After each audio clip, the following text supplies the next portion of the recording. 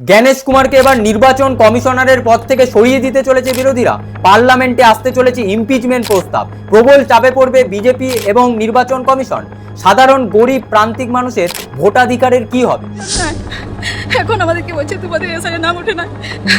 আমরা দীর্ঘদিন দিয়ে ভোট দিয়ে আসছি, আমরা যাবো কোথায়? যে মহিলাটি কাঁদছেন তিনি একজন আদিবাসী মহিলা। তিনি বলছেন, আমরা আদিবাসী, আমরা এত কিছু জানি না। আমি শুধু বিজেপি এবং নির্বাচন কমিশনের কাছে জানতে চাই, এই মহিলাটিকে দেখে কি বিদেশি বা কোনো রোহিঙ্গা মনে হয়? যারা বলেছিল চেঁচিয়ে চেঁচিয়ে রোহিঙ্গা রোহিঙ্গা রোহিঙ্গা, আজকে কি তারা কোনো রোহিঙ্গার তালিকা প্রকাশ করতে পেরেছে? রোহিঙ্গা না পেয়ে কি এবার সাধারণ গরিব প্রান্তিক মানুষগুলোকে এরকম ভোটাধিকারের জন্য কেঁদে কেঁদে বেড়াতে হবে? তারা বলেছিল কোনো বৈধ ভোটারের নাম বাদ যাবে না। তাহলে এরা কারা, এরা কেন কাঁদছে? এই নিয়ে তো প্রশ্ন উঠবেই নির্বাচন কমিশন এবং বিজেপির বিরুদ্ধে। তাছাড়া আমরা শুনেছিলাম যে সাধারণ গরিব মানুষের জন্যই নাকি এসআইআর করা হচ্ছে, এমনটাই দাবি করেছিল বিজেপি। এ রাজ্যের বাসিন্দাদের জন্য করা হচ্ছে, আর আজকে সেই সাধারণ গরিব প্রান্তিক মানুষগুলোকে এই রকম কেঁদে কেঁদে বেড়াতে হবে। ছোটবেলা থেকে আমরা জেনে এসেছি যে আদিবাসী মানে আদি বাসিন্দা, অর্থাৎ এই ভূমির সবচেয়ে পুরনো বাসিন্দা। আজকে তাদের ভোটাধিকারও এরকম সংকটের মুখে পড়বে। এর জবাব কি আছে এই পুঁজিবাদী সমাজের কাছে? দেখুন, আজকে থেকেই নির্বাচন কমিশনার জ্ঞানেশ কুমারকে পদ থেকে সরানোর জন্য তোড়জোড় শুরু করে দিয়েছে বিরোধীরা। তৃণমূল কংগ্রেসের নেতৃত্বে 100 জন বিরোধী সাংসদের স্বাক্ষর নেওয়ার কাজ শুরু হয়ে গেছে। পশ্চিমবঙ্গ সহ 5 রাজ্যের নির্বাচন ঘোষণার আগেই চলতি সপ্তাহে মুখ্য নির্বাচন কমিশনার জ্ঞানেশ কুমারের বিরুদ্ধে ইমপিচমেন্ট প্রস্তাব আনতে চাইছে বিরোধী ইন্ডিয়া জোট। সংবিধানের 324 নম্বর ধারা অনুযায়ী প্রধান নির্বাচন কমিশনারকে পদ থেকে সরানোর জন্য পার্লামেন্টের উভয় কক্ষ তথা রাজ্যসভা এবং লোকসভায় প্রস্তাব আনতে হয়। সেই প্রস্তাব যদি উভয় কক্ষের উপস্থিত এবং ভোটদানকারী সদস্যের 2/3 সমর্থন পাওয়া যায়, তাহলেই রাষ্ট্রপতি প্রধান নির্বাচন কমিশনারকে নির্বাচন কমিশনারের পদ থেকে সরিয়ে দিতে পারবে। একই পদ্ধতিতে সুপ্রিম কোর্টের প্রধান বিচারপতিকেও সরানো যায়। ফলে এই রকম পদক্ষেপ যদি নির্বাচন কমিশনারের বিরুদ্ধে নেওয়া হয়, তা যদি কোনো ক্রমে পাশ হয়ে যায়, তাহলে এক নজিরবিহীন ঘটনা হবে দেশের ইতিহাসে। বস্তুত তৃণমূল কংগ্রেস, জাতীয় কংগ্রেস, আম আদমি পার্টি সহ একাধিক বিজেপি বিরোধী রাজনৈতিক দল নির্বাচন কমিশনের পক্ষপাতিত্ব নিয়ে বারবার অভিযোগ তুলেছে। তাছাড়া দেশের ইতিহাসে এই হয়তো প্রথম যখন এত বিরাট পরিমাণে নির্বাচন কমিশনারের বিরুদ্ধে অভিযোগ উঠছে।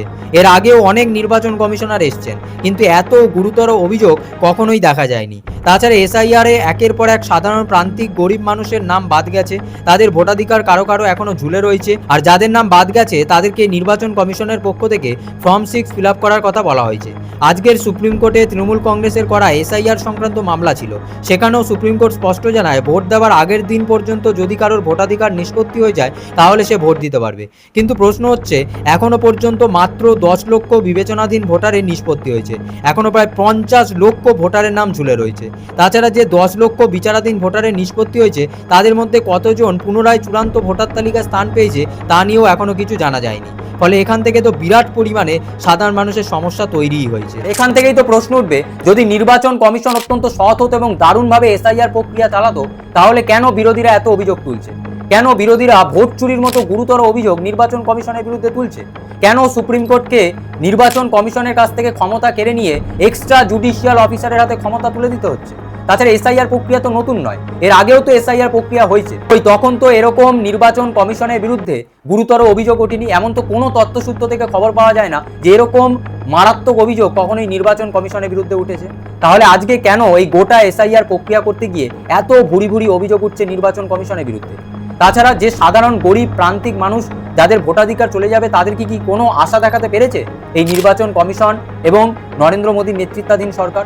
নরেন্দ্র মোদী প্রধানমন্ত্রী মাননীয়, তিনি এসছেন, অমিত শাহ মাননীয় স্বরাষ্ট্রমন্ত্রী তিনি এসছেন, কিন্তু সাধারণ গরিব প্রান্তিক মানুষের কথা কি তিনি একবারও বলেছেন? তাদের নেতারা শুধু রোহিঙ্গা রোহিঙ্গা এই কথাটাই বলে যাচ্ছে। কিন্তু ভিডিও শুরুতে আমি যে আদিবাসী প্রান্তিক মহিলার কথা দেখালাম, তাকে দেখে কি একবারও আপনার মনে হলো যে উনি রোহিঙ্গা?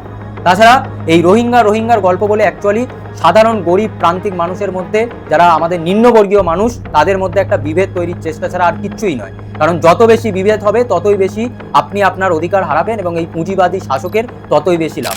এটা আমরা ব্রিটিশ শাসনেও দেখেছি যে যত বেশি ভাগ হবে, তত গরিব প্রান্তিক মানুষ তাদের অধিকার থেকে তাদেরকে দূরে সরিয়ে দেওয়া সম্ভব হবে। আর সেটাই হয়তো আজকে আমাদের দেশে হচ্ছে।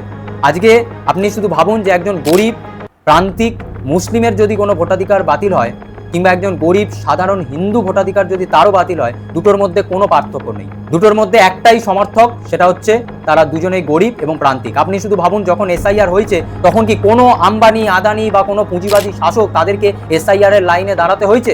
দাঁড়াতে হয়নি। দাঁড়াতে হয়েছে শুধু আমার আপনার মতো সাধারণ গরিব প্রান্তিক মানুষদেরকে।